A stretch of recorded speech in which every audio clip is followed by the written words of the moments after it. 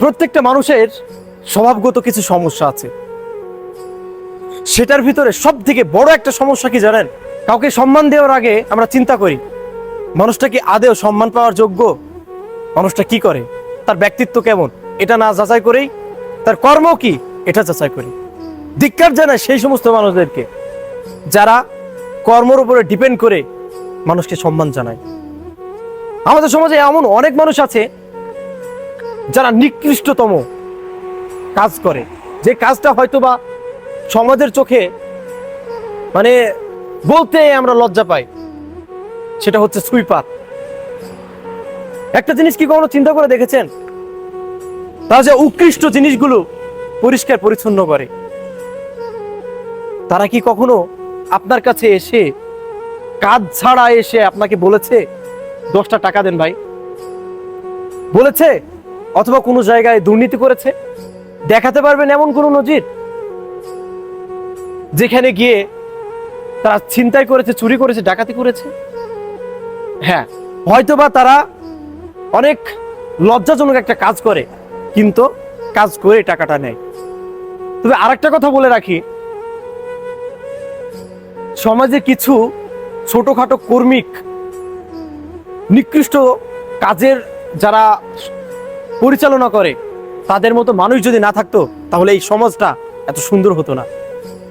যারা এমন চিন্তা করেন যে সুইপাররা আসলে খারাপ, তাদেরকে সম্মান দেওয়া যাবে না, তাদেরকে ভালো বলা যাবে না, আমি তাদের ব্যাপারে বলতে চাই, ভাই এই সুইপারগুলো যদি না থাকতো এই সমাজে, তাহলে আমাদের পরিবেশটা কি আসলে এত সুন্দর হতো? এত স্বাচ্ছন্দ্য বোধে কি আমরা চলতে পারতাম? পারতাম না। আমাদের এই সমাজটা গড়ে তোলার পিছনে প্রত্যেকের কিছু না কিছু দায়িত্ব থাকে, কিছু না কিছু অবদান থাকে। ঠিক তেমনি সুইপারেরও কিন্তু অবদান অনেক বেশি ভাই, তাদেরকে আমি অনেক শ্রদ্ধা করি। শুধু তারা না, এই সমাজের যারা নিকৃষ্টতম কাজও করে, যদি হালাল হয় সেটা যদি কাজের মাধ্যমে উপার্জিত হয়, আমি শ্রদ্ধা করি। কারণ দিন শেষে তারা মানুষ, তারও একটা পরিবার আছে, তারও ছেলে মেয়েকে পড়াতে হয়, তার বউকেও খাওয়াতে হয়, সেও খায়, দিন শেষে তারাও মানুষ। সুতরাং আমি বলতে চাই,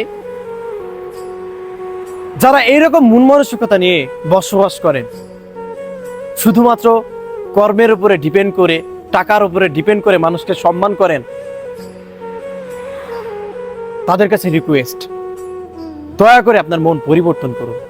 আপনি এখনো ভালো মনের অধিকারী হতে পারেন নাই, আপনার মনের ভিতরে এখনো কালো দাগ যায় নাই। আপনাকে কালো দাগ দূর করতে হবে। কালো দাগ দূর করতে পারলে তবে আপনি মানুষ হবেন, না হলে আপনি মানুষ না। ভালো থাকবেন। আল্লাহ হাফেজ।